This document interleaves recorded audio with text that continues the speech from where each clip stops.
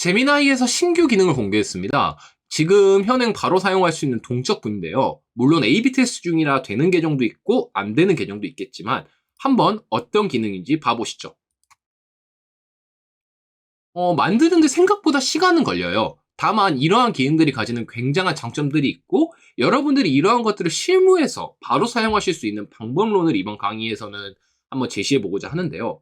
실제 굉장한 업데이트라고 저는 지금 판단을 하고 있거든요. 한번 완성물부터 보시죠. 자, 보이실까요? 이게 그냥 똑같은 프롬프트를 입력해서 만들어낸 녀석인데 아래를 보시게 되면 실제 여행 계획에 들어가 있고 오른쪽에 구글 맵이 뜨고 그 당일의 온도, 여행 계획을 자세하게 세워줍니다. 심지어 관련한 내용들이 굉장히 많게 자세하게 세워져 있기 때문에 여러분들이 여행을 갈 때 초안으로 사용하기도 충분하고요. 이게 만들어진다고 하면 충분히 엑셀로 저장할 수도 있고 구글 슬라이드로 PPT를 만들 수도 있고 여러 가지 방법으로 여러분들이 이러한 내용들을 활용하실 수 있을 겁니다. 이러한 부분들은 강의에서 조금 더 자세하게 다루겠지만 지금 여기 보시는 단순 프롬프트 입력만으로도 간단하게 만들어지는 걸 확인하실 수가 있으실 겁니다. 오팔이라는 어플이 하나 있습니다. 아마 이 강의를 보시는 분들은 AI에 관심이 많으실 분들이니까 한 번쯤은 뭐 메이크나 엠파렌에 대해서 들어보셨을 거예요. 이건 구글에서 만들어낸 메이크와 엠파렌 같은 녀석인데요. 한번 봐보시죠. 크리에이트 뉴를 누르시고 AI 뉴스를 자동으로 조사하는 워크플로우. 그 다음에 저희가 프롬프트에서 늘 하는 말 중에 하나가 출력을 잘 제어한다는 건데 여기서 뉴스레터 스타일로 홈페이지에 출력 이렇게 넣어보고 그 다음 중간에 적절한 사진을 배치하여 사용 이렇게까지만 간단하게 입력해도 여러분들이 원하는 걸 얻을 수가 있거든요. 한번 봅시다. 네, 만들어 왔네요. 볼까요? 토픽이라던가 이런 것들이 나오죠. 다만 문제가 뭐냐면 이런 것들을 만들 때 출력을 시키면 지금 한국어로 만들라는 게 없기 때문에 영어로 나와요. 그래서 눌러보시면 출력물은 한국어로 나오도록 이런 식으로 약간 복잡한 처리 과정이 필요하고 여기다 또 세부적으로 어떠한 모델을 쓸 건지 어떻게 이런 프롬프트를 디벨롭 하는지가 굉장히 중요해집니다. 그래서 한번 볼까요? 스타트를 해보면 자, Enter Space AI Topic Interest 이거 흥미로운 AI 토픽을 주세요 라는 건데 AI 사진 생성 그리고 그 다음에 언제일지죠? 한번 weekly라고 넣어볼게요. 문제점은 뭐냐? 이러한 것들을 다 한국어로 바꿀 수 있는데 그냥 한국어로 입력해도 영어로 나옵니다. 다만 영어가 조금 더 성능이 좋아서 이렇게 하는 경향성은 있지만 최종적으로 중간중간 입력하는 부분에는 한국어로 바꿔도 문제가 없거든요. 실제 사용하는 데 있어서 콘솔에서 어떤 식으로 얘가 연산을 하고 있고 해석하는가를 다 확인하실 수가 있어요. 단점은 시간이 좀 걸린다라는 단점인 건데 여러분들이 이걸 굴려놓고 보통 뭐 한 10분 정도가 걸린다고 가정을 하셔도 다른 일을 하실 수 있는 쉽게 말하면 여러분의 시간을 벌어주는 녀석입니다. 이번 강의에서 다루기 위해 만들어낸 녀석이고요. 한번 뉴스레터 생성기를 봐보자고요. 뭐 복잡한 플로우가 있는 것 같아 보이지만 간단하게 토픽 넣으면 리서치 해오고 그 다음에 세부적으로 어울리는 이미지 만들어두고 마지막에 최종 이미지 생성을 하고 그리고 출력을 하는 건데요. AI 트렌드라고 입력을 하면 실제 11월에 AI 뉴스를 조사하고 어울리는 사진들을 넣어줍니다. 생각보다 나쁘지 않죠. 되게 간단하게 여러 개를 할 수 있을 것 같지만 이런 디테일을 잡는 작업들 여기 지금 굴러가고 있는 파트에서 어떤 식으로 병목을 줄일 것이냐 그리고 어떠한 모델이 최적일 것이냐를 활용하는 문제가 쉽지 않습니다.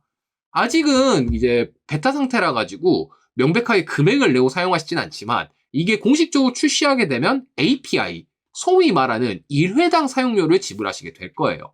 그렇게 된다면 잘 만드는 게 무엇보다 중요하겠죠. 지금도 보시게 된다면 제가 분명히 넣어서 굴리라고 말하고 얘가 만들어줬는데도 롱이 발생을 했어요. 한마디로 오류가 이런 식으로 자주자주 발생합니다. 여러분들이 앞으로 저하고 강의에서 배우게 될 거는 이렇게 오류가 발생했을 때 어떻게 대응을 해야 되냐 그리고 어떻게 프롬프트를 작성해야 비교적 잘 나오는 결과물을 뽑아낼 수 있느냐 라는 부분에 대해서 다루게 될 겁니다. 지금 보시고 계신 영상은 제미나이를 결제하면 따라오는 영상 중에 하나입니다. 플로우라는 어플리케이션인데요. 한번 봐보실까요?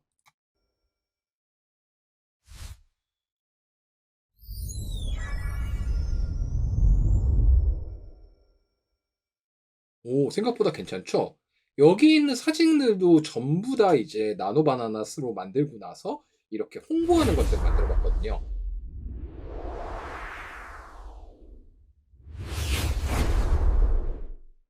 패스트 캠퍼스 로고를 기반으로 홍보하는 아이디어에이션을 받았고, 이제 여기서 복잡한 프롬프트를 넣은 게 아니라 간단하게 좀 확대를 해볼까요?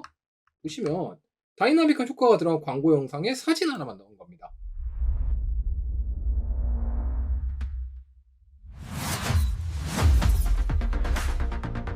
오, 괜찮죠? 사실 최근에는 이제 나노바나나 2가 나오면서 이러한 로고 일관성이라든가 영상 일관성의 능력이 굉장히 많이 올라가서 전체적으로 광고 영상을 만드는 게 굉장히 쉬워졌어요. 복잡한 것도 없이 여기에 이제 프레임으로 동영상 변화를 넣고 사진을 넣는 선택지가 있는데, 여기서 또 사진을 만들 때도 이미지를 만들 수가 있거든요. 여기 보시면 실제로 작업했던 게 보이시죠? 뭐 복잡하게 넣은 것도 아니고 The company is a first campus is a 뭐 specialized company 뭐 어쩌고저쩌고 하고 로고 사진을 좀 넣어줬어요. 그렇게 어렵지 않아요. 이제 강의에서도 이런 내용들을 조금 더 깊이 있게 다뤄볼 예정인데, 간단하게 여기에서 사진 생성 가가지고 전체 사진 생성 명령하고 이미지 만들기 하고 여기에 사진 넣고, 이제 뭐 패스트 캠퍼스 이거 있으니까 이걸 한번 사용해 볼까요? 이제 뭐 패스트 캠퍼스라는 회사의 로고인데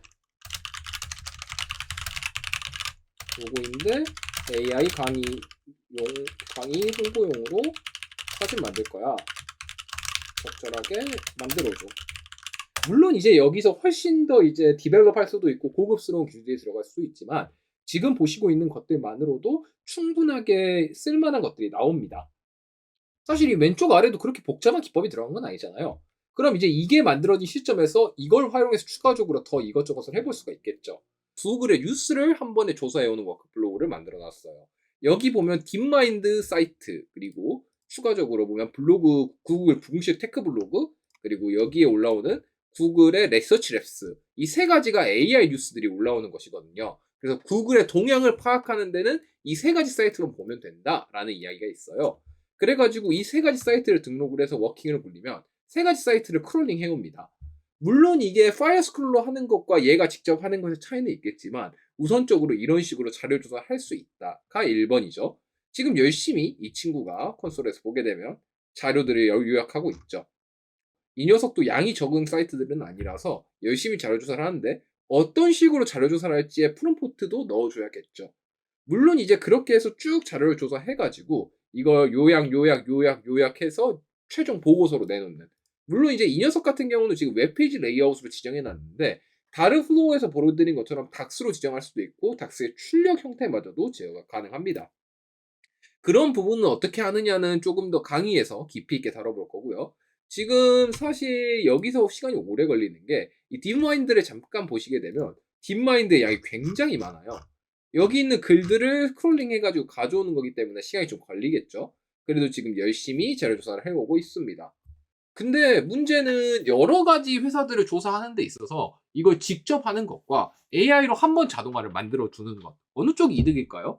저는 여러분들한테 이 플로우를 만들어 두라고 하고 싶어요. 왜냐면 업무에서 반복 작업이 되게 차지하는 추세가 굉장히 크고, 대부분의 대행사들이나 마케터들의 이야기 들어보면 거기에 시간을 굉장히 많이 소비하고 있거든요. 그래가지고 특정 사이트에 올라오는 소식, 뉴스들만을 요약할 수도 있고, 사실 지금 여기는 구글 단일로 했지만 3사, 4사를 연결해서 쓸 수도 있겠죠. 물론 그게 무조건 좋냐라고 물으면 그건 또 아니겠지만, 여러 가지 이 O8이 업데이트 되었을 때 결국은 자동화를 할 수 있는 영역이 존재할 겁니다.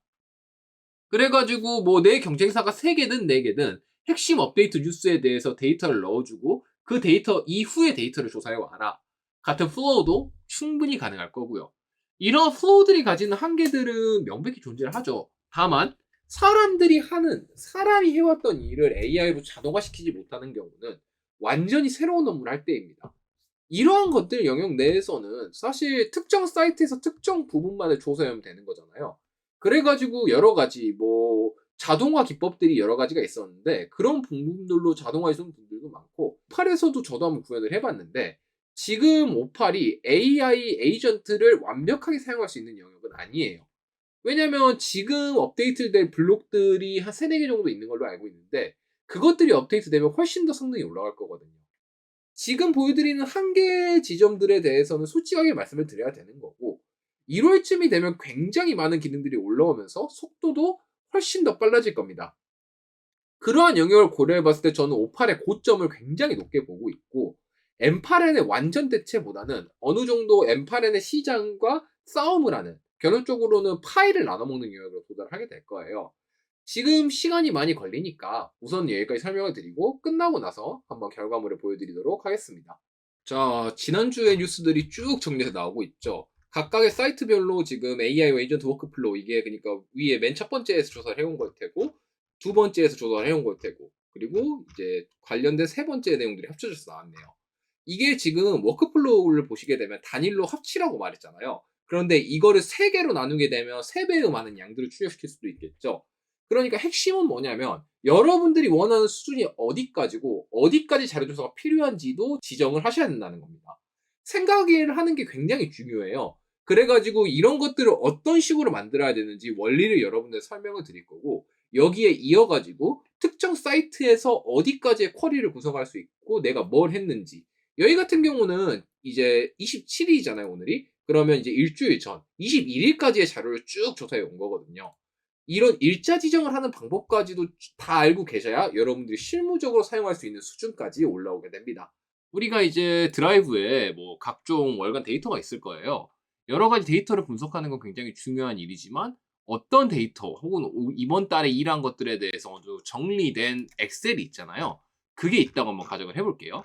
뭐 하나 정도의 가벼운 보고서, 하나 정도의 일한 PPT를 한번 가정해 볼까요? 이게 좋겠네요. 이번 달에 이런 프로젝트를 했어요. 자, 나노바나나 시장 조사를 진행했어. 이렇게 한번 시켜봅시다. 그러면 이제 제가 여기 넣어놨어요. 원시 데이터를 직접 분석해가지고 여러 가지 지침으로 검색을 하고 이어가지고 이거 분석하는 워크플로우입니다. 뭐 다른 걸 하려는 게 아니라 결론적으로 우리가 얻고 싶은 거 보고서잖아요. 그래서 보고서의 형태로 글을 재구성해와라. 이렇게 시킨 거예요.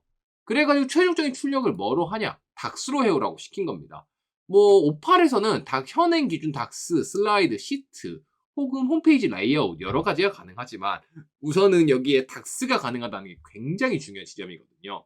다만 원래는 이게 MCP랑 연동돼서 자동으로 메일로 쏴주거나 혹은 뭐 외부 슬랙 같은 데 올려주는 것까지 연동이 돼야 되는데 강의가 아마 1월 달쯤 완성이 될 걸로 계획을 하고 있는데 그때쯤에는 모든 기능들이 다 나와서 완성된 워크플로우를 보여드릴 수 있을 것 같습니다.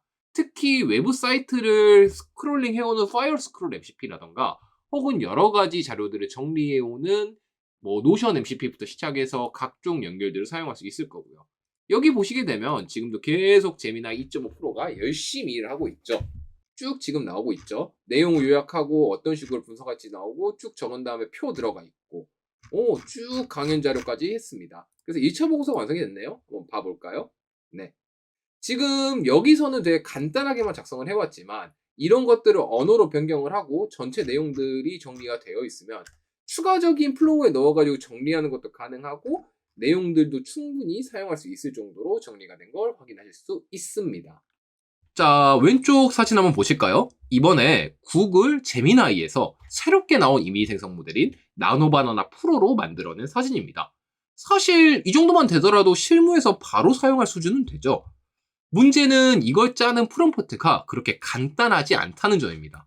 지금 보시게 되면 생각보다 복잡하게 과정을 짜야 하고 추가적으로 여기 스타일을 넣어놓은 부분에서도 쉽지 않은 내용들이 조금 들어가 있어요. 제 강의에선 이런 부분을 모두 다 다루고 여기서 사실 여러 가지 스타일로 변경하고 싶은 마음들이 있고 내용도 바꾸고 싶은 아이디어가 있으시잖아요. 한번 바꾼 걸 봐볼까요?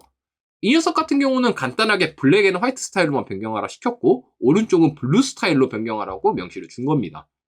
여러분들이 이제 제 강의에서는 이런 내용에서 어떻게 변경하는가를 들으실 수 있고요. 여기서 한 단계 더 나아가서 오팔이라는 자동화 툴이 있어요.